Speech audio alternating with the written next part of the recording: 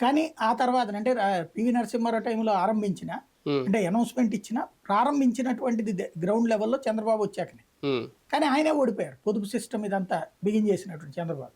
ఉమ్, కాబట్టి మహిళల నమ్మకం విషయంలో ఎన్టీ రామారావుకు ఉందేమో కానీ ఉమ్, చంద్రబాబుకి మహిళల నమ్మకం తక్కువ.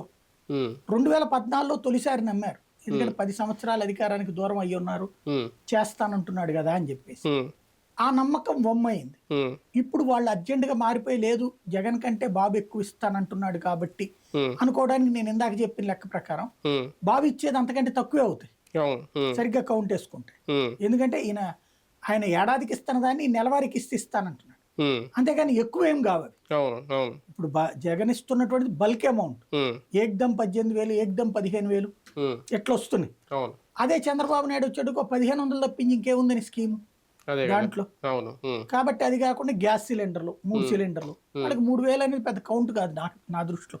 ఉమ్, అంటే 3,000 రూపాయలే కదా గ్యాస్ బండల్, ఉమ్, అది పెద్ద కౌంట్ అనుకోవట్లేదు నేను, అదే 3 సిలిండర్, 3 సిలిండర్లు అన్నట్టు. ఉమ్, కాబట్టి మెయిన్ అయితే ఈ అమ్మ ఒడి ఎంతమందికి ఉంటే అంతమందికి ఉమ్, ఆ విషయంలో కొంత ఇంపాక్ట్ చూపించవచ్చు. ఉమ్, అయితే అది చంద్రబాబు ఇస్తారని నమ్ముతారా ఉమ్. అనేది డౌట్. కానీ ఒకసారి 2019